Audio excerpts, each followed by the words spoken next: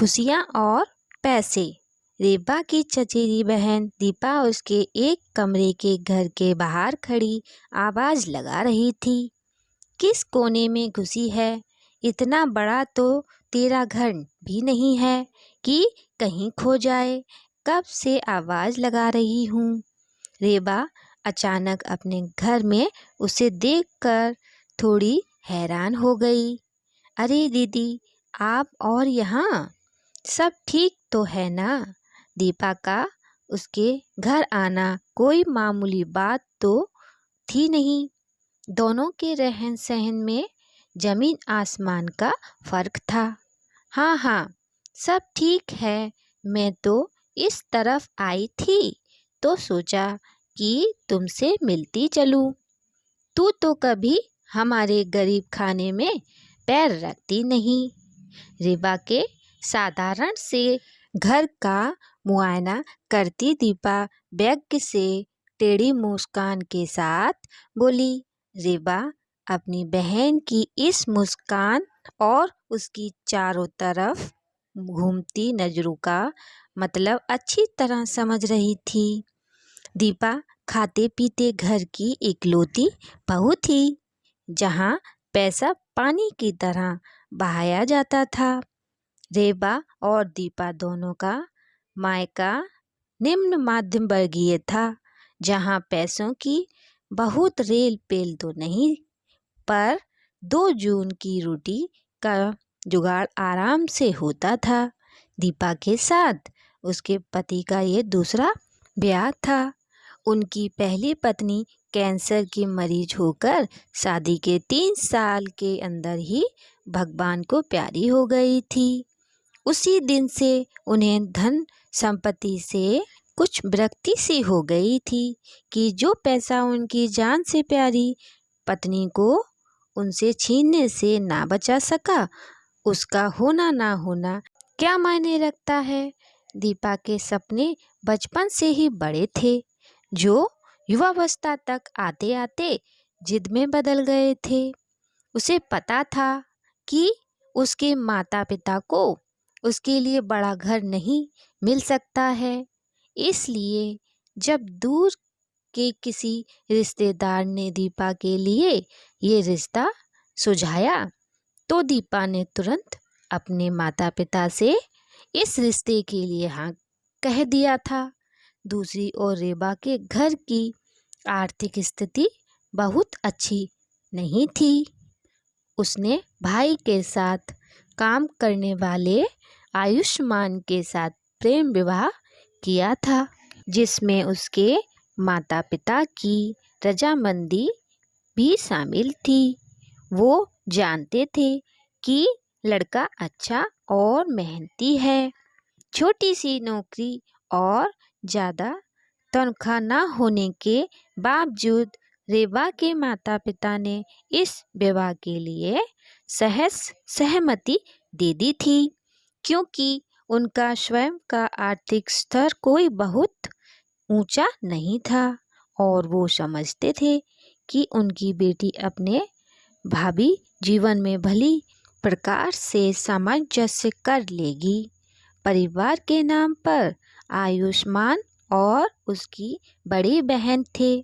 बहन विवाहित थी और अपनी गृहस्थी में व्यस्त थी। जब तक आयुष्मान अकेला था, तब तक तो हफ्ते 10 दिन में मायके आती थी, लेकिन उसके रेबा से विवाह के बाद वो भी निश्चित हो गई कि अब भाई का घर भी बस गया। गाहे बगाहे आती भी तो बड़ी ननद का प्यार बरसाने के लिए, ना कि नुक्ताचीनी करने के लिए। हालात ने दोनों भाई बहनों को इतना परिपक्व तो कर ही दिया था कि उन्हें रिश्तों की कद्र थी। उनके जैसे रीबा जब उनके छोटे से परिवार में जुड़ गई, तो प्यार और अपनापन खुलकर बरसने लगा था। घर बेशक छोटा सा था, एक कमरे के साथ रसोई, जहाँ एक समय में केवल एक व्यक्ति ही खड़ा हो सकता था, लेकिन फिर भी रेवा का चेहरा शादी के बाद चमक उठा था। पानी तो पिला रीबू, बड़ी गर्मी है। अपने आप को साड़ी के पल्ले से हवा करती दीपा बोली। इस पर रेवा ने छत का पंखा तेज कर दिया। पंखे की तेजी हवा से कपड़े के वो टुकड़े उड़ने लगे जिनसे रेवा पायदान सिल रही थी। पास की ही एक फैक्ट्री में रेवा पुराने कपड़ों से पायदान बनाकर बेचती थी। कपड़े फैक्ट्री वाले मुहैया कराते थे और घर बैठे रेवा को कुछ आमदनी हो जाती थी। कपड़े उड़ते देखकर दीपा के चेहरे पर उपहास उड़ाने वाली मुस्कुराहट आ गई। उसने पानी का एक घूंट पीते ही बुरा सा मुंह बनाया। हाय, मुझे तो याद ही नहीं रहा कि तेरे घर में फ्रिज नहीं है। रहने दे, मुझसे नहीं पिया जाएगा ये पानी। अब आदत नहीं रही ना। दीपा की चुपती बातें सुनकर रेवा का सब्र धीरे धीरे खत्म हो रहा था। मन किया कि कह दे, 22 साल तक घड़े का पानी पीने की आदत तो एक दिन में ही छूट गई थी आपकी। अब तो फिर भी 5 साल हो चुके हैं। पर बहन का लिहाज कर चुप रही। उसने औपचारिकता बस चाय के लिए पूछा, लेकिन जैसे कि उसे उम्मीद थी दीपा ने मना कर दिया। रहने दे, इतनी गर्मी में कौन चाय पिएगा। यहाँ एसी तो है नहीं। कैसे रहती है तू यहाँ। इस बार रेवा का सब्र जवाब दे गया और उसके मुंह से निकल ही गया, वैसे ही जैसे पहले आप भी रहती थी। तब की बात और थी रेवा। अब तो मैं 1 मिनट भी नहीं रह सकती एसी के बिना। फिर तो आपने यहाँ आकर गलती कर दी दीदी, क्योंकि एसी तो छोड़िए, मेरे घर में तो कूलर भी नहीं है। अरे, तू तो नाराज हो गई। रीबू, मैं तो तुझसे मिलने आई हूँ। तू कहे तो चली जाती हूँ।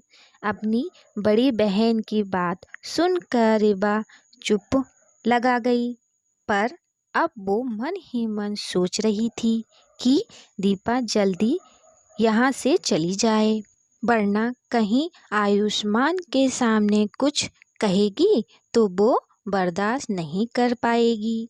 वैसे भी उसकी ट्यूशन क्लास का टाइम होने वाला था। आयुष्मान के साथ कंधे से कंधा मिलाकर चलने वाली रेवा अपने खाली समय का भरपूर सदुपयोग करती थी।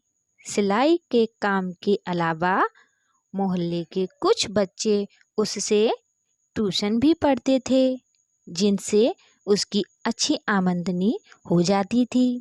दीपा वहाँ आधे घंटे तक बैठी रही और साथ ही किसी न किसी तरह रेवा को नीचा दिखाने की कोशिश करती रही। अब तक दीपा की बातों से तंग आ चुकी रेवा ने उकता कर पूछा, दीदी, आपके ड्राइवर को तो कुछ पानी वानी पिला दो। बेचारा गर्मी में आपका इंतजार कर रहा है। यह सुनते ही रेवा के पड़ोसी का लड़का, जो उसी समय चाय पत्ती मांगने आया था, बोल पड़ा, आंटी तो ऑटो में आई हैं। सुनकर रेवा ने आश्चर्य से बहन की तरफ देखा। दीपा के चेहरे का फीका पड़ चुका रंग कई बातों की चुगली कर गया, लेकिन वो खुद को संभाल कर बोली, नहीं, ड्राइवर को मैंने यह कहकर भेज दिया था कि पता नहीं मुझे कितना समय लगेगा, लेकिन आंटी, मैंने तो आपको ऑटो से उतरते देखा था। लड़के ने फिर कहा।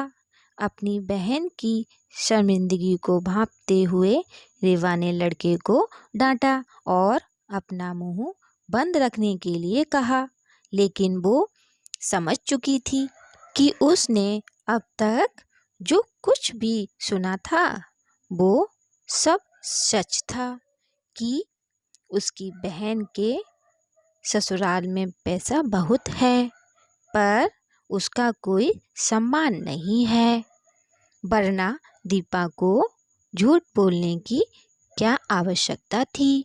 यह ज़रूरी तो नहीं है कि जिसके पास कारें हैं वह ऑटो में सफ़र नहीं कर सकते, लेकिन वास्तव में ईर्ष्या की मारी दीपा अपने मन की जलन को कम करने के लिए और रेवा को नीचा दिखाने के लिए आई थी, क्योंकि उसके अमीर ससुराल की सच्चाई तो उसके सामने शादी के चंद दिनों के बाद ही आ गई थी। अब तो उसे उन सुख सुविधाओं का भी लालच नहीं रह गया था, जिनका नाम लेकर वो रेबा का मजाक बनाने का प्रयास कर रही थी। वैसे भी उसे कहीं भी आने जाने के लिए गाड़ी लेकर जाने की इजाज़त नहीं थी, क्योंकि अपने पति की नज़रों में वो ऐसी औरत थी जो सिर्फ पैसे की लालसा में उससे शादी करने को राजी हो गई थी। दीपा इसे नकार भी नहीं सकती थी, क्योंकि सच भी तो यही था। वो केवल अपने सास ससुर की सेवा करने के लिए लाई गई थी। पति के प्यार के लिए तो वो आज भी तरस रही थी। दीपा को यह भी पता था कि रेवा का पति उसके पैरों तले फूल बिछाता था, और वो यही देखने के लिए आई थी कि कोई बिना पैसे के इतना खुश कैसे रह सकता है। शर्मसार होकर दीपा घर जाने के लिए उठी ही थी कि रेबा का पति आयुष्मान घर आ पहुंचा। घर में घुसते ही उसने रेबा को पुकारा। देखो क्या बनवाया है तुम्हारे लिए। मशीन चलाते समय कंधा दुखने लगता था ना, मशीन के पैर लाया हूँ और साथ में मोटर भी। अब तुम्हें सिलाई करने में आसानी होगी। बात जहाँ हुए आयुष्मान ने दीपा को देखा तो झेप गया। माफ़ कीजिएगा दीदी, आपको देखा नहीं मैंने, वो बोल रहा था, लेकिन दीपा का सारा ध्यान उस मोटर और मशीन के पैरों पर था। दीपा के घर के भारी भरकम सजावटी सामान की तुलना में ये दोनों चीज़ें बहुत मामूली पर फिर भी अनमोल थीं, क्योंकि इसमें रेबा के पति का प्यार छिपा हुआ था। नम आंखें लिए दीपा बिना एक शब्द बोले रेबा के घर से निकल गई। बहन के दर्द को महसूस करती रेबा दयनीय दृष्टि से दीपा को जाते हुए देख रही थी। कोई कुछ नहीं बोल रहा था, पर फिर भी हर कोई यह समझ गया था कि खुशी को पैसे से नहीं खरीदा जा सकता है। ये तो पति पत्नी का आपसी प्यार और सम्मान है, जो दिलों में खुशी की रोशनी फैलाता है। कई बार हम दूसरों के घर की सुख सुविधाओं को देखकर अपने आप को कमतर आंकने लगते हैं, खास तौर पर तब जब हम वो सुविधाएं जुटाने में असमर्थ होते हैं। लेकिन सच तो यह है कि घर में मौजूद महंगे से महंगा सामान प्यार की तुलना में बहुत सस्ता होता है। आपस में प्रेम और विश्वास हो तो व्यक्ति तंगी में भी गुजारा कर लेता है, लेकिन सोने चांदी के सिक्के भी हो पर परिवार में प्रेम नहीं, परवाह नहीं, तो जीना मुश्किल हो जाता है। मैं ये नहीं कहती कि पैसों की सुख सुविधाओं की आवश्यकता नहीं होती, ज़रूरत होती है, पर पहली आवश्यकता प्यार और सम्मान की होती है। सुख सुविधाएं तो इंसान अपनी हिम्मत के बल पर जुटा ही सकता है।